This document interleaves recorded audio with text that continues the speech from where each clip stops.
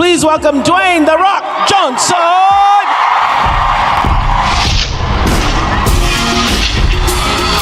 Right there, yes, and bring it on. I mean, this is our moment, yes. Yeah. And is that a life-changing moment when that happens for you? It's the greatest thing that I have ever experienced in my life. And it gave me such a profound respect for my baby's mamas. I have two. I was once married, and now I'm happily married. Lauren is back there. We've known each other for 13 years now, but I have. It has been the most profound experience of my life, because also too, when you meet as a man, you meet someone, you meet a woman, and this is going to be the one, and you want to get married. And my first marriage didn't work out, but then the birth of a child and what that does, and the lens perspective that just shifts. And it just gives me a new profound respect for, again, their moms. So it didn't work out with the marriage, but then she became your business partner, your first marriage. She did, yes. And you still are. We still are. So my ex-wife, Danny, the marriage didn't work out. And it was just one of those things where it wasn't an ugly divorce. It was just, marriage wasn't in our cards. Great friends, marriage wasn't in our cards, but we both had an appetite for business and to accomplish things. And we thought, well, what if we continued to do business together? And do you think we can? And it felt like it was like we could make something happen, and we did. So we had. It doesn't have to be ugly. No, it doesn't have to be ugly. And that's the thing. You proved that. Yeah. Yes, and if you could kind of remember, as I tell my friends who do go through divorce, if you could remember what it was years ago. Yeah. And what that feeling What is the was. reason why you got Yes. entangled in the first place? So tell me this. I know you didn't grow up with a lot of money, and I read the story about when I think you were around 15 and there was an eviction notice on the door, and how that made a big impression on you, right? It did. Now, Yes. Now you're one of the highest paid actors in the world. Oh, thank you. I do all right, thank you. You do all right. And does that title, the sexiest man alive, the highest paid in the what do those titles mean, if anything? You're the greatest, you're the most popular, you're the most followed, you're the most. It's great for the ego. It's wonderful. Kidding. Yeah, the better question is, how do you keep your ego in check when all of that is happening all around you? Sure. Yeah. Very important. People I have around me, and how important that is. Do you have anybody who can tell you the truth at this point? Yeah, she's called my wife. Yes. Okay. Absolutely. Lauren can tell you the truth. Yes, Lauren can tell me the truth. But by the way, and this is where it's the tricky thing for us too, being in this position, is we want to make sure that we have people around us who are inspired to do well and reach for and continue to share our vision, but also at times say, well, I'm not quite too sure if that's the right thing to do. So look, I've had a wonderful career, especially coming from being evicted, and those titles are nice and everything is fine. But honestly, I'm so grateful to be in the position I'm in, and I never take anything for granted. I try not to. Aren't you glad that you were once evicted? Because it gives you such an appreciation for what you have now. It just gives such perspective. When we were 14 years old, we lived in Hawaii, and we lived in a small efficiency apartment. And my mom and I came home, and I'll never forget, the rent was $180 a week. And there was an eviction a week, and there was an eviction notice on the door. And this was the one. It was the final eviction notice. Like, that's the one. My mom started crying, and I never forgot in that moment. It was a seminal moment for me, because I felt like I never want to be in this position again. What can I do? So at 14 years old, I thought, well, the heroes in my life, Muhammad Ali, for example, professional wrestlers, they're all men who have worked hard with their hands and they built their body. Yes, that's what I'm going to do. I'm going to do what my dad taught me and these other heroes. I'm going to go build my body so we're never evicted again. But being evicted, by the way, has, as you were saying, has not only given me just great perspective, but also great gratitude, but also, and my team and my family, we laugh at it, but I feel this way, like, oh, well, we're a month away from being evicted. I got to go to work. Like, I still have that in my head. You still have that. I still have that in my head, but it keeps you grounded, by the way. Yeah. Yeah, because that's why the most this and the most that, again, it's wonderful, but the alternative is what I once was. And it also doesn't change the way you're wired, because I still save toast. I do. I will save toast rather than throw it away. And I know there's going to be more toast, but I still do, because there's something in me, because when we were growing up, we had to save it. You weren't allowed to like throw food away. So there was a really big deal. So here's the deal. You have now you get the biggest paychecks. You have all this money, acclaim, fame. You didn't have that growing up. How do you raise children who have good sense and are also kind when they have everything? Because part of what made you who you are is having had that eviction notice and having not had everything. So how do you do that how are you planning to do that with your children? So, for example, with our 18-year-old daughter, it was really important that we share those stories, share the stories about being evicted. Her mom's parents were immigrants who came over from Cuba. It's important that we've always shared those stories. And also, we try and keep it as simple as we possibly can. We have a farm in Virginia. Happily to say that I've moved my family here to Atlanta. So, yay! Place 30, 45 minutes away where it's very quiet, but also just making sure that we continue to instill in the babies and the kids the value of $1 and what it means, and the value of food, and always saying how grateful we are and the things that we're grateful for, especially at that young age. So I want to know, how is success different from the way you imagined it would be? I never imagined this. I at one time when I was a kid, I did feel in my heart and in my gut that I thought, I think the world's going to hear from me.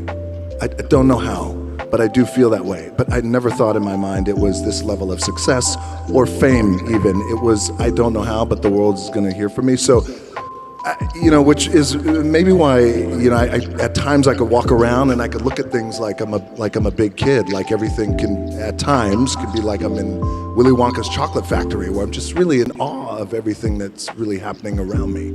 What's the first thing you splurged on when you realized you had enough to splurge? Okay. So, all right. The first thing I splurged on. So when I was a kid, 13, 14 years old, in my mind, what it meant to be successful, it was a Rolex watch. Right. So there was such a valuable lesson out of this. So I thought for years, every successful man has a Rolex watch and has diamonds in it. So when I finally was making a little bit of money, and this was in 1999, and I thought, okay, and this, by the way, I was still living in an apartment, paying monthly rent, but again... Oh, you renting and buying a Rolex? I was just renting horrible financial decisions. You should definitely own if you're buying a Rolex, okay? Yes. Yeah. This is what not to do. So I thought, this is it, I'm gonna splurge, and I went and I got myself a Rolex, and I wore it, at that time I was wrestling, I wore it in the ring, not for a match, but I was doing an interview in the ring. And I wore it in the ring, and a melee broke out, which always happens in the wild world of professional wrestling. One of the wrestlers fell on the Rolex when it came off. It broke. Live TV, and you see me, oh my gosh. My Rolex. And I'm supposed to be in the moment and wrestling these other guys. Oh no, my Rolex. Like you could see the tail. I'm trying to get my Rolex, and somebody's like kicking me, and they're trying to get it. So I finally get my Rolex back. I go backstage and I look at it. I'm heartbroken now. This is my thing. And I go home that night, and I remember immediately thinking, this is a sign. And I believe in signs. Yes, it's a sign. Yeah. And I will, and I don't need it, and it wasn't right for me at that time, and I never got anything like that again. And so now, do you splurge carefully? I do. I'm not a big bling guy or anything like that. Yeah. And I always want to just make sure that now the splurge is usually with property. Like we have 2 properties that way. I believe in real estate. Yes, you do. I do. I know. Yes. I love property the way some women love shoes. Yes. I do. Because it's our God anchor. isn't making any more land, okay? That's this is right. what we got here on the planet Earth. You're not getting any more. Yeah. That's right. Yeah. And also the properties are our anchor. It's where we, can be comfortable. And so I have a few pickup trucks. That's it. Just a few. So I remember reading this, that it was like WrestleMania 13, and you were still being called Rocky. And there were a bunch of fans at the time who were jeering you, and they were saying, unkind things. And you used that moment and literally turned on your heels and turned it around. And, this whole Vision Tour is about people who've been knocked down sometimes in life. Everybody, not in a ring, but have had those moments where you didn't feel like the rest of the world saw you for who you needed to be. How were you able to turn that around? Okay, so thank you for bringing that up. So this is, it was a turning point in my career, and it really allowed me to grow. And it really allowed me just to be me and be anchored in with who I am. So when I first started wrestling, the idea was, well, why don't you call yourself Rocky Maivia? Out of respect for your dad, Rocky Johnson, and your grandfather, Peter Maivia. I hated the name. And I thought, well, I just wanted to make my own way. And I wanted to be independent. I love my family, but I don't want to do it like that because it feels like I'm trying to leverage their fame. The powers that be said, nope, that's your name. I was also told, well, when you go out and you wrestle, you have to smile. I want you to smile big. This is in the WWE.